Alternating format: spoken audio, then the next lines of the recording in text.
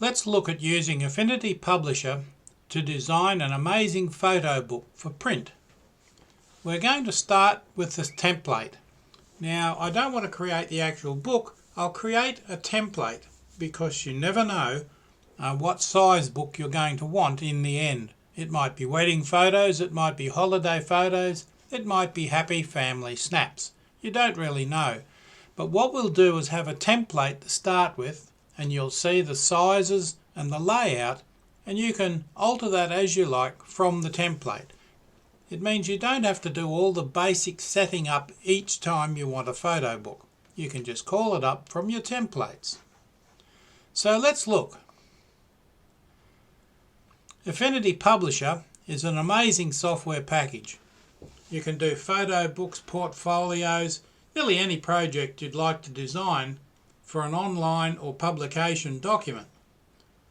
I'll show you how to set up a template for good photo books that could be used with photo book publishing services. Now, a word of caution here, each one of these will have their own specifications, but almost all of them will accept a PDF document, so you can complete this entire document as the correct PDF and send it to your photo book publishing service. I'm not talking about Kindle Direct Publishing here or any of the big publishing houses. If you look for online photo book publishing services, you'll find they're a different kettle of fish. They're specialists in their area, if you like. So I'm going to teach you from how to set up your files and colour spaces to what size to make your pages. Now, making amazing books with Affinity Publisher is now within your grasp. And this template will be easily adjustable. You can just about do any photo book size you like with it, just adjust the sizes to suit without destroying the template. Open a document, use the template, save the document with a different name.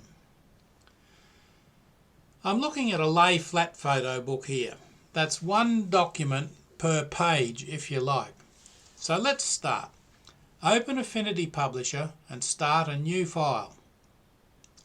You can create an infinite amount of different books of different sizes, but if you're printing with a photo book printing service, you'll have their range of sizes, and here's where you can deal with that.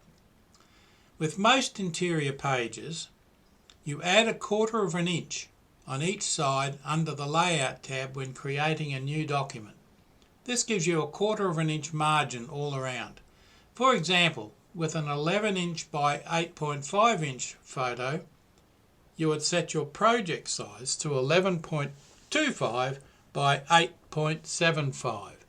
Now you'll see on the right hand side there I've got the finished document laid out there, and you can look carefully at that, but I'm going to step you through how you set that up.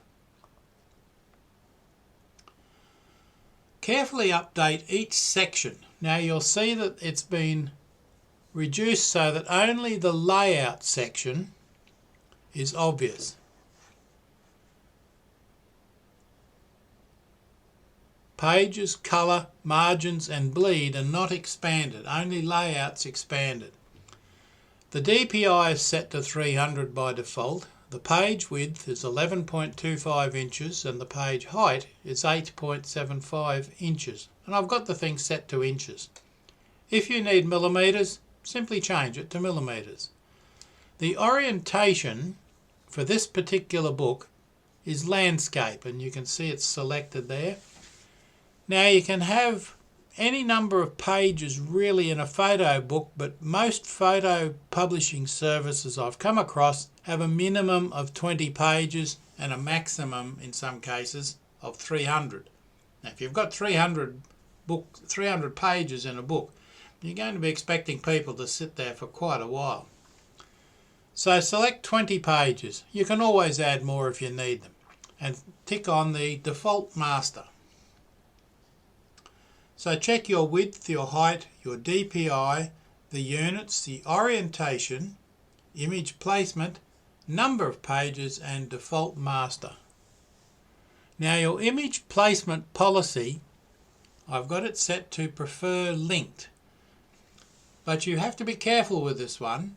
If you have your images that you're going to put in your document in the photo book and they're in a particular folder, if you move that folder full of photographs, your publisher document won't be able to find them. So where they are is where they need to stay. If, however, you embed your images, which is the other option, prefer linked or embedded, images are squeezed into your document, if you like. They become a part of your document. They're embedded in it, as the option says. This can make your file size quite large. So be aware that if you use linked images, where those images are is where they've got to stay, so long as you've got that template there. Pages settings. Okay, check facing pages. So you put a check mark in facing pages. You can see it on the right there. Arrange the pages horizontally, not vertically. And start the pages on the right hand side page. If you think of a book being open flat on a surface, the first page is the right hand side. The inside on the left is either inside the front cover or usually a blank page with some nice text on it. But your starting page is on the right. The colour settings. Now this is an interesting one. You go to the colour settings tab, that's the little drop down there, and for photo books and their printing services, the recommended colour format is RGB/8 for your colour format. And your colour profile, select sRGB IEC 61966-2.1. A huge number, fairly meaningless to most people. Now, a lot of people will say, oh no, select CMYK. If it's going to a printing house that doesn't specifically work with photo books, and check your photo book printing service for this, you may need to change that to CMYK if it's going to a printing house. If it's going to a photo book service, it's probably going to be RGB8. Again, pick out a photo printing service and stick with them. If you keep swapping services, you're going to be changing this every 5 minutes. The last option, set transparent background. If you've got an image with a strange bit of background in it, you don't want that printing on your pages. So set transparent background. The margins. Now the margins are important. They're your safety margins. Anything on the interior of the margin will be safe from cropping. So when the books are published, they're actually cropped to size. They're rarely printed on a neat little piece of paper that just fits your images. They're printed in sheets of multiple pages per sheet. And then they cut them and crop them. But anything inside the margin will be safe. Anything outside the line, and I'll show you this later, it has a good chance of being cropped during production of the book. If you have important information that you would never want cropped off, you will want to make sure it's inside that margin. With printing, a margin of 0.375 inches on all sides is minimal. I believe that's about 9 millimeters. But if you're working with millimeters, just do the conversion.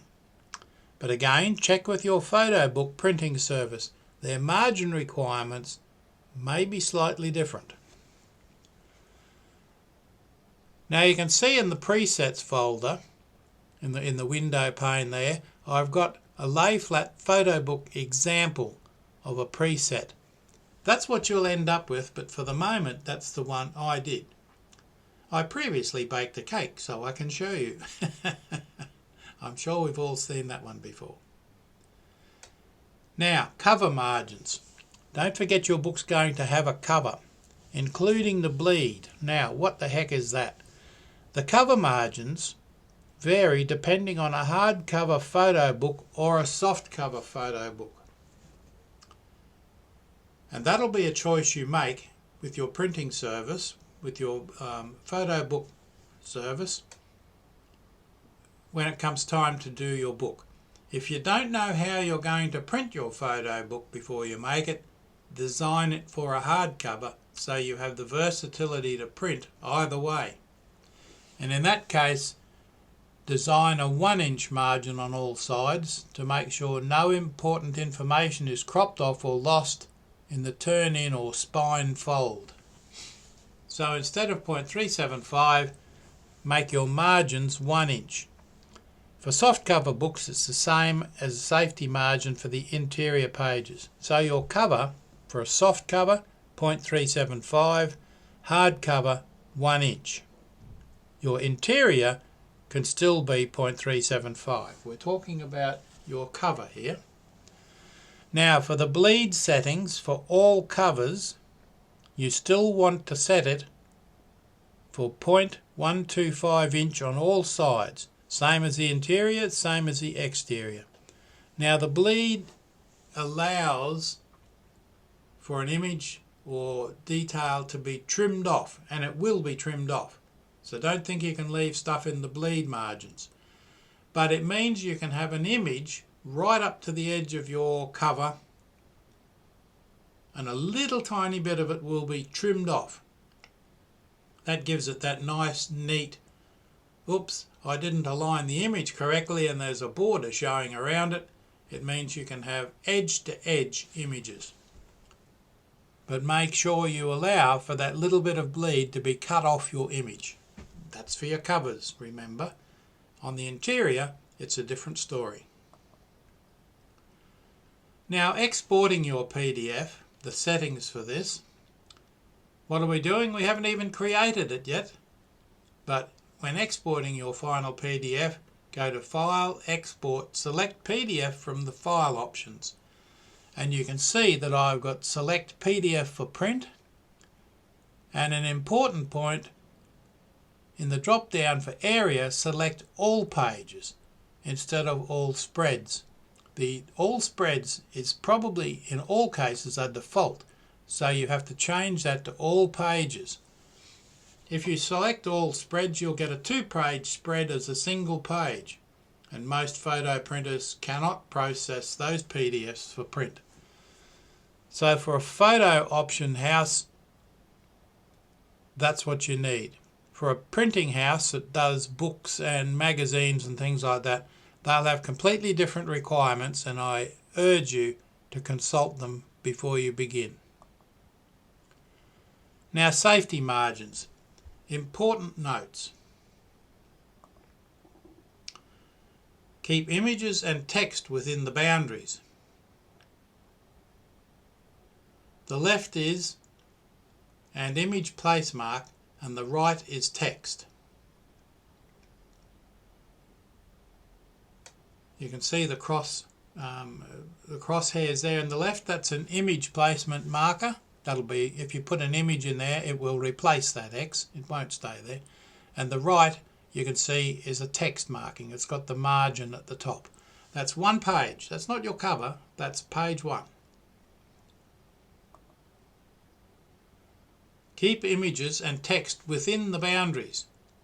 The bleed line boundaries show faintly there in that image, and the blue margins are as clear as well, as is the center line of the page. That helps you keep things in proportion. You can draw your image and text up to the center line or not, as your design choices indicate, but don't go outside the blue margins.